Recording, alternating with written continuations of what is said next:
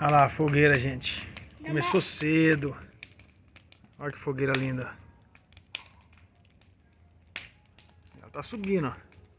Olha o tamanho dessa fogueira. Tá subindo lá pra Via Galáxia lá. Cadê o pessoal do que vai vir, Sara?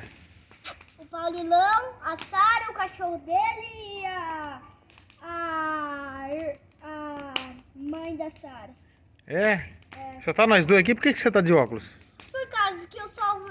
Por causa que esse fogo queima meu olho. E tá queimando até